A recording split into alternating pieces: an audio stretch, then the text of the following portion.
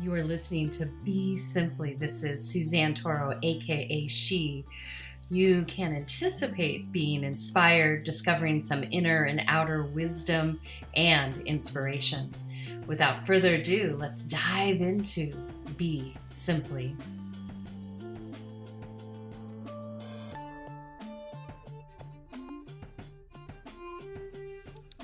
Welcome. This is Suzanne Toro, and I want to thank you for being here. We're coming out of the new moon and solar eclipse that started on Friday, went through yesterday into today.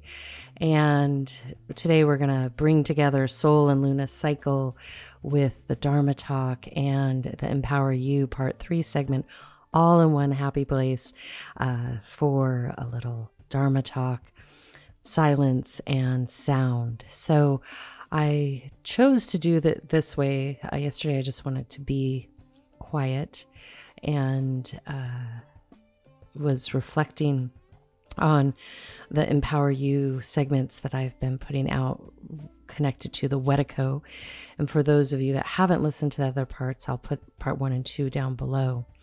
And the reason this is so important as it relates to Dharma, and some people have different relationships to that word, and to be in one's Dharma, you are living your highest purpose.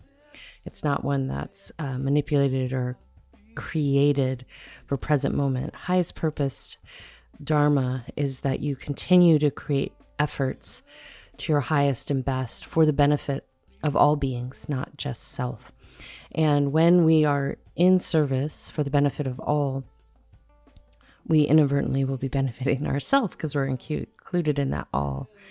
And so over the past 2 talks under Empower You, we've been talking about the Wetiko and how it expresses itself through narcissism and NPD, narcissistic personality disorder. And some of you might say, well, doesn't relate to me. I can't relate to that. But it's very important because if you're doing your inner work, you will be touched by this pathology. You will be touched by this in your work, in your relationships, in the world at large, in the physical world and in the virtual world. So I wanted to bring it all together here today because this duality, this good versus evil, selfless versus selfish, tug of war, that is all orchestrated by manipulation. And at the end of part 2, I really encouraged everyone to notice objectively where it exists in and around the world of your life, in addition where you have participated. And this is a key component because what happens is someone might really get harmed by someone that's narcissistic or has this clinically diagnosed pathology, or get harmed by psychopaths and sociopaths that run amok on planet Earth. And so why it's important for each person that's inspired to look at where they're manipulated by this energy is that's how we start to disengage with it, cut off the food supply to this energy. And right now we're at this very pivotal moment here on planet Earth where the humans, those that have chosen to stay human, meaning that they have compassion, love, empathy, they work daily to keep their mind, body, heart, and soul in balance and well nourished. It is that moment that you get to help out and you get to stand in your power and your truth and get to decide, do you want to feed the Wetiko or do you want to say no? And that can be a simple statement, no, I don't want to, and then it takes practice and effort because, as I mentioned just a few minutes ago, this energy is in and around all of us. It is manipulating. Every time you pick up your phone, it's there manipulating you. Every time you turn on the TV, it's there manipulating you. Every time that you engage with politics, even theological practices, it's there manipulating you. And so when someone steps up into a commitment with themselves to be integral, to honor their inner code of ethics, they will realize how much manipulation goes on planet Earth. And then it's a practice to disengage from that. And it will be a practice for all of us, because it's literally like, imagine going into a funhouse maze of mirrors and you're trying to find your way down the corridor and where is the opening and where you can turn and keep going forward. It's kind of like that. And I giggle because it's horrific, and at the same time, it's like, wow, it's going to be interesting for all of us to participate in this that are inspired to. And so the key component, as mentioned in 1 and 2, is that 1, just to observe your role in it, to observe where it's impacted you, and really to sink in a little bit deeper as to why you've allowed yourself to be manipulated, because there's some core healing there. It's like when we aren't strong enough in a certain area, we divert to the lowest common denominator. And that lowest common denominator is dark forces that will feed you with what you want, so that you become delusional, and then you start participating in the world in a way that bit by bit leads you into these places where you can't get out. And it's kind of the old language that one would use, is to say, once in the mob, you can't get out of the mob unless you exit 6 feet under. And that's the price that is out there, that's been built up for thousands of years here on planet Earth, is to engage people in activities that they can't escape. And so if any of you have engaged in that and are happen to be listening to this segment, I encourage you to be bold. Make this your Joan of Arc moment. Get out, save your soul, really come back into alignment. And then for the rest of you that have been impacted on some level, it's time for you to really stand up and hold the line and call it out when you see it. Now, there's subtleties, because probably the majority of the people that are listening to this segment have nothing to do with the upper echelon of sociopathic and psychopathic activity that happens here on this planet. Yet the trickle-down impact is that it feeds into the narcissistic pathology, and those that are lured into engaging with narcissism for themselves and with others that already are well engaged in it. And so this is the devil. This is the devil, for lack of better words, wanting to welcome you in. If you're more of a Buddhist mindset, this is the hungry ghosts. This is the hell beings. They're ready to feed off you. And that's what those hungry ghosts and hell beings do. They feed off you. Narcissism. It comes to you for food supply. And then there's this loop that you can't seemingly get out of. So it's really important for each and every one of us to identify where our weak points have been or are, and really make a commitment to ourselves to hold the line there, do the inner work, and call it out when you see it. And so what this kind of looks like is that you could have a group, let's say of friends. I want you just to identify with any group of friends. And you're like, hey, yeah, they're fun to hang out with and all this stuff. But you see it. You see the person that takes the stage in the middle of the group. You see how everyone is drawn in and lured in with that friend. You might even see the aspects of this person's mental, emotional, and spiritual pathology that really utilizes that as a manipulative tool, consciously or subconsciously, to gain other people's loyalty, attention, friendship, and their way into your life and all the other people that are in that friend group. So this is where it becomes precarious, because we don't necessarily want to go around pointing fingers. We just want to observe and then bring yourself into right action with yourself and these beings that you see are participating in this. So it doesn't always look so pleasant, but this is what it will kind of look like. You notice the person that creates the control dramas, the person that leads you in and lures you in with a lot of love, in the sense that they like overdo it. In narcissism, they call it love bombing. So they're there and they're like, and so they're center stage, just really feeding you with so much energy, or everyone in the group, that it's not going to look so pleasant. What I mentioned next is that once you start to observe this and you watch them going from, a place of maybe over attention to an individual or many, and then also you witness them flip the tables so that they are in command of the group or the individual, and they get to call the shots. That moment, when you start to see that, is a good time to distance yourself. So if you put them in the center and you had concentric circles moving out, distance yourself from that being. And so the person may, really do something overt to gather attention.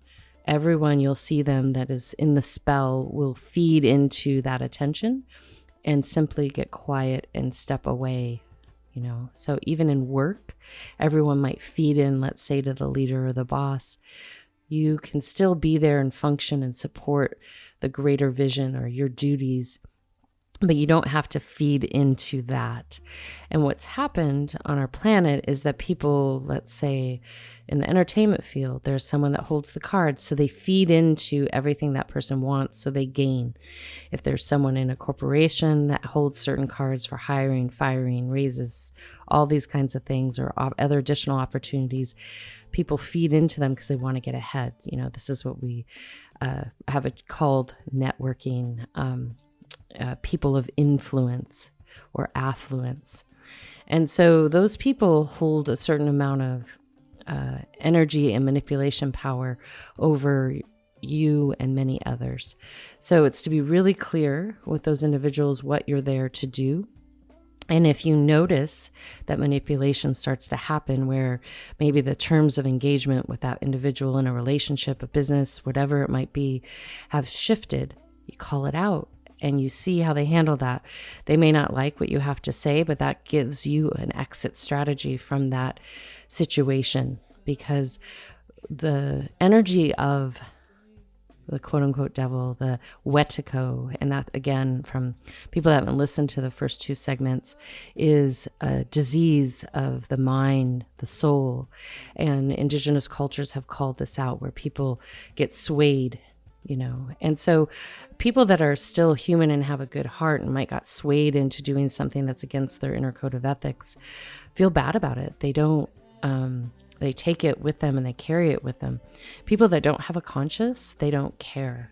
They won't carry it with them. So if there's anything that's happened to you in your life where you still carry the burden of taking that action because it was against your inner code of ethics, meaning that if you did something that was, manipulative or a true crime, or something that was more subtle, like lying, cheating, stealing, I guess that's a crime.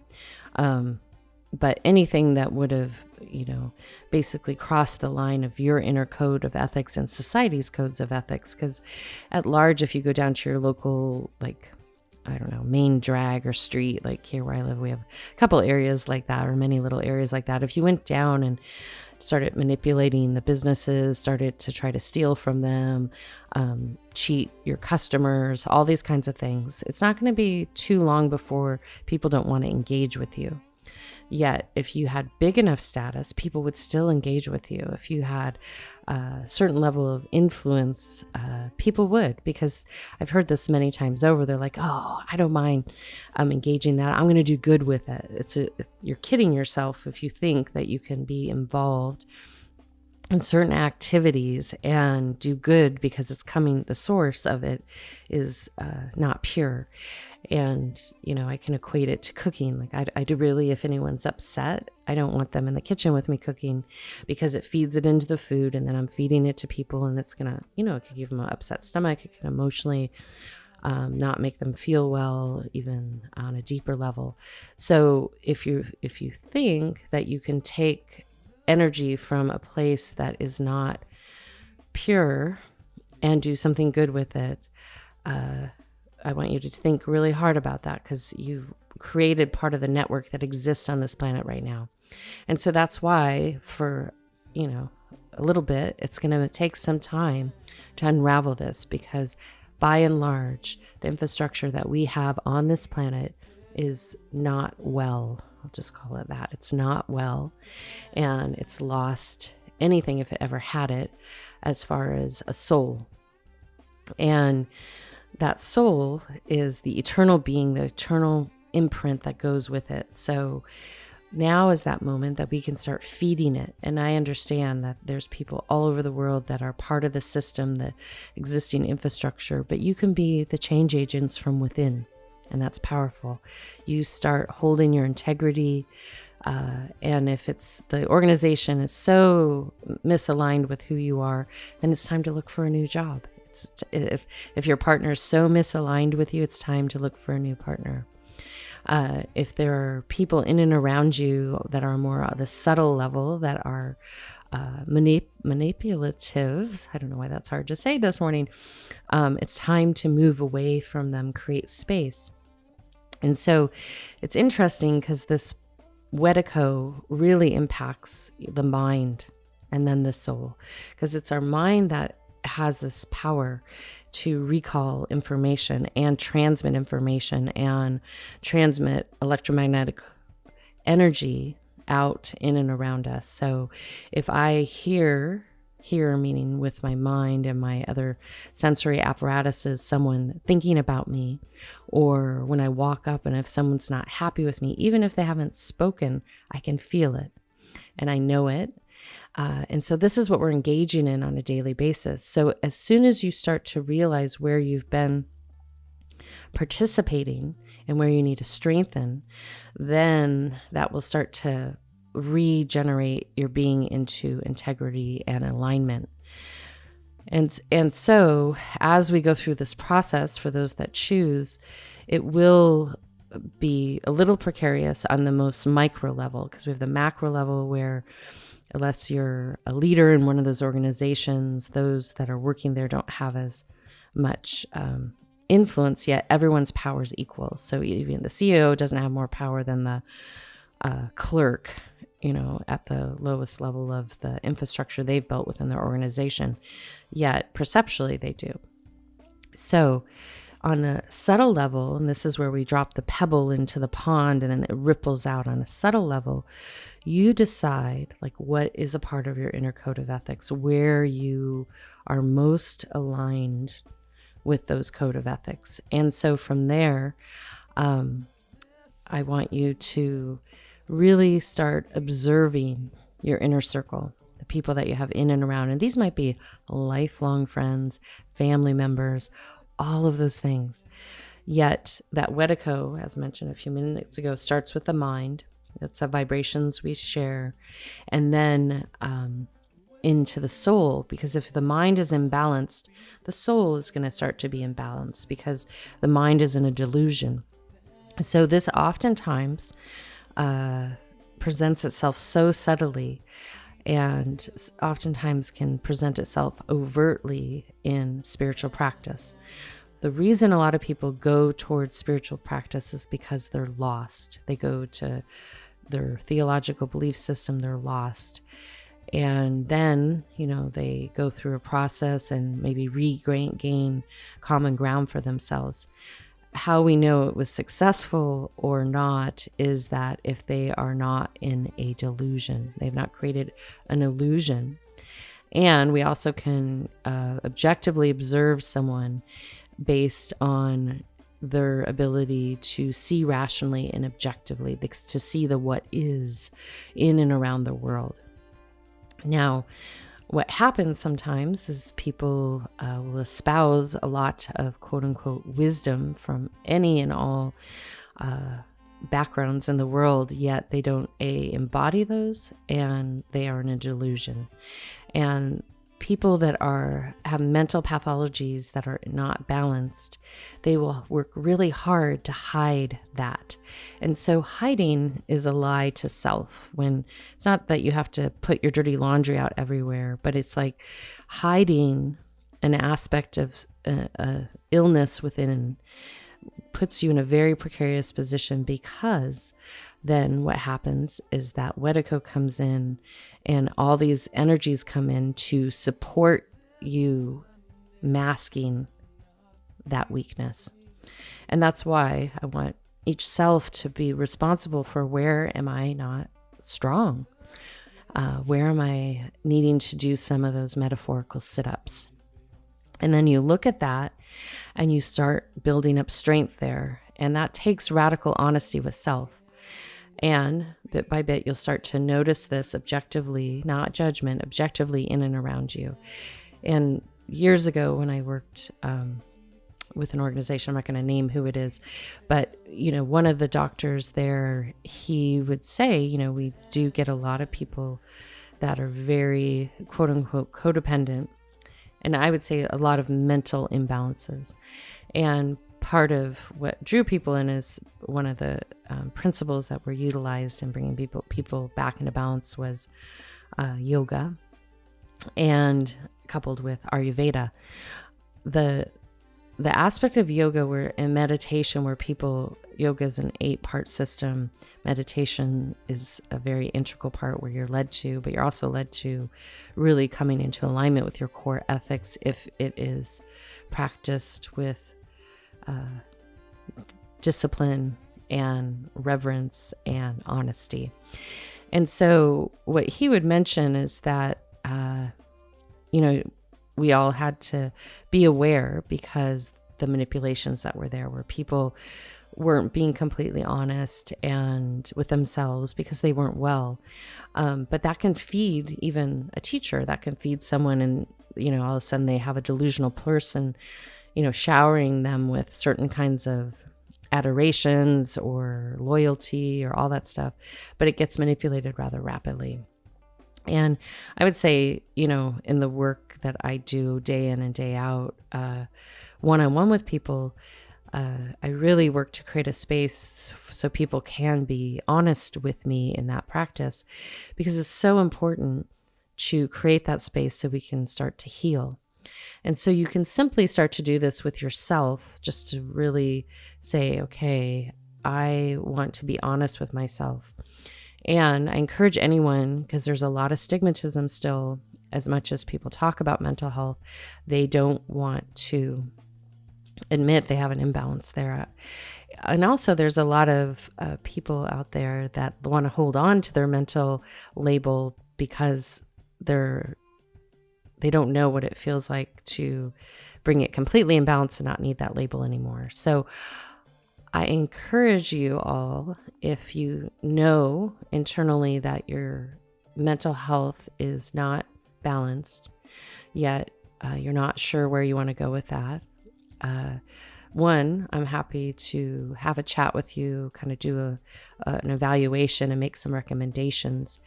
What I have seen that's most beneficial is to have an integrative approach. That's how I typically work with most of my clients, is that we make sure that all their needs are being met.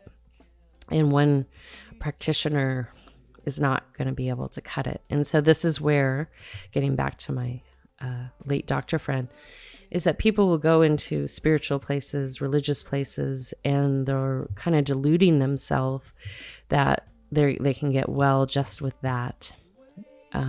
Yeah, sometimes maybe that happens. But more than that, there's other things that need to come in to assist that being into balance and harmony. And that's the precarious position. If someone's not there yet, and you're engaging with them on a daily basis and they're not well, but you have a kind heart and you want to help them and you think you can help them, you're really just the enabler in the life situation, and you're putting yourself at jeopardy because that Wetiko is weaving through them and will be weaving through you too. So we want to encourage all of us to just be honest with yourself, work at building up your own inner strength in those areas of weakness, and then distance yourself from situations that you've realized are not healthy, where your weak point isn't strong enough to engage with that person. And to really trust your gut. So the manipulation that exists is in and around everywhere. So next time you go on your phone, not right now because we have some good stuff to do, you'll see the manipulation. If you participate in social media, if you're just searching for something on a search engine, you'll see the manipulation. And how to identify someone that's in distinct practice is that you'll notice that they take responsibility for their emotional, physical, mental, and spiritual being. They will actually shift their language when they realize that. They'll self-correct in the moment. They're not going to take the responsibility of everyone. That's another thing. You'll notice that they're going to be a little bit more quiet and observe versus jumping in at all times. Now, on passion parts of their lives, you might notice that they jump in and speak more from the heart and soul. And that is another area where we're susceptible. If you're really passionate about a topic, it's easy to get swept away by that passion. And then there still can be a manipulation there by outside forces that have worked really hard to make life very confusing. Meaning that even in altruistic places on planet Earth, can be a deception too. So these are difficult, maybe, concepts to swallow because that requires us to open up our lens and look beyond what is and really come into alignment with who we are here. And begin to cultivate a relationship with our innate wisdom, our highest purpose, and to serve there. So it takes a lot of self-examining. It's not something that happens in a year or 90 days. It's a life practice, and we're eternal beings, so there will always be new things to discover. And as we evolve, there's layers of refinement that come in there, and it's beautiful. And the best part of this from infinite model is that these soul lessons that you are learning and this refinement on a spiritual level, your emotional level, mental level, will be reflective in your physical dwelling into what you incarnate next. In addition, those practices that you put into place will carry with you. So to take this as seriously as you can in this moment and start to look around. So what I'd like to leave you with today is that I want you to look a little bit closer in and around the world. If you've identified where you're susceptible to this energy, I want you to be really radically honest in and around you. And also look out for your brothers, sisters, your children, your parents, grandparents, all of that, to see where they're susceptible. Because when you do your inner work, it's going to impact all those beings. And so to bring them into alignment with you is not necessarily pontificating to them. It's doing the inner work and watching how things balance out. And to remember that each one of us has our own journey. We have our own soul's path of evolution and transformation. And so the rates to which we all evolve will be different. So you can start to look around, take responsibility, and honor and align with your inner code of ethics. And then bit by bit start to unravel where you've engaged. And you can't take it all on, especially from the macro picture, but you can take the micro picture on because that's you, your inner landscape. So what we're going to do right now is we're going to dive into a little silent meditation. And then on the other side, we'll have some sound. At that point, you can recline back into Shavasana, corpse pose, supine, laying on your back, palms face up, back of the heart to the earth or the surface below you, and receive. And I welcome each and every one of you to see what is, to let go of the delusion that you've created or that the world has created for you, and open yourself up to be in integrity with self, your innate intelligence, and your inner wisdom that is intended to be of service to yourself and the world around you. So with that being said, I'd love for you to take a nice deep breath in and then exhale out. Again, inhale and exhale.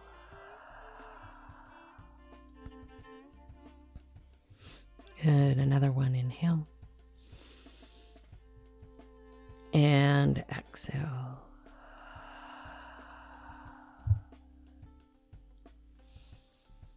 And then gently taking the breath in and out of your heart center. And just observe your natural breathing pattern. And then utilize your breath to be your mantra. You can simply close your eyes if you're a seasoned meditator. If not, just choose a point in front of you to gaze at. Soft, gentle gaze. Taking another deep breath in and out.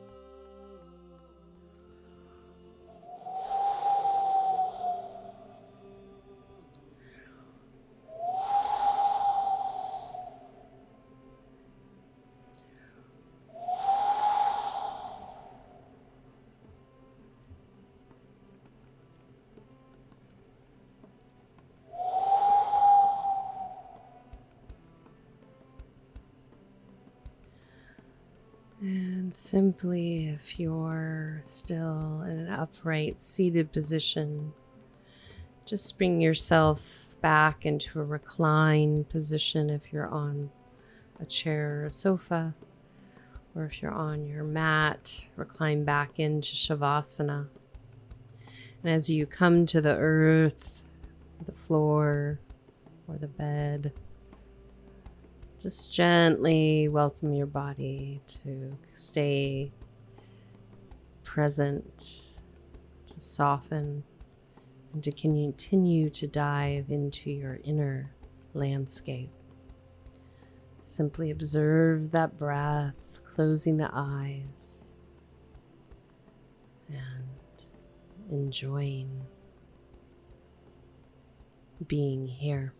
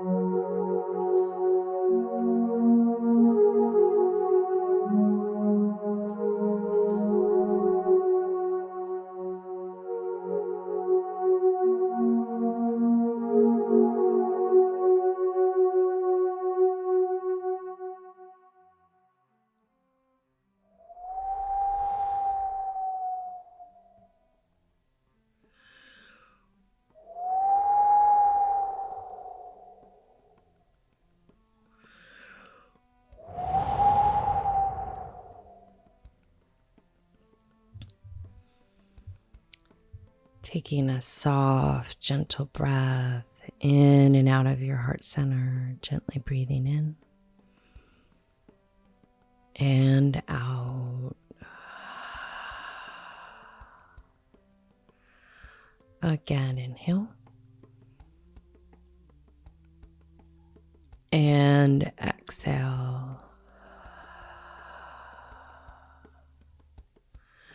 Another one, inhale and exhale.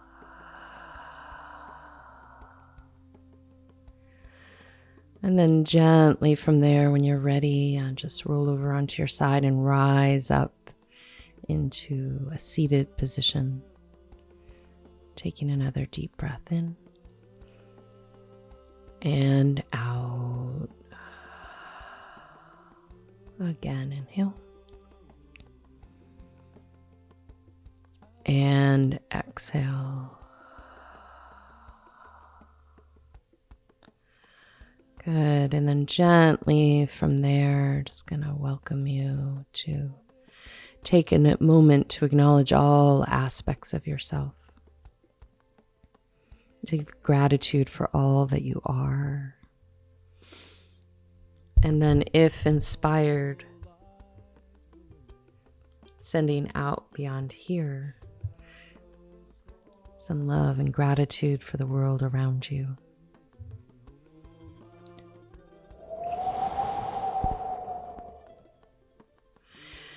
And then I welcomed you as we move into these next moments and really feeling into what this new moon and solar eclipse, I guess, also occurred. This transfer of information between the father and mother, grandpa and grandma, happens over the eclipses.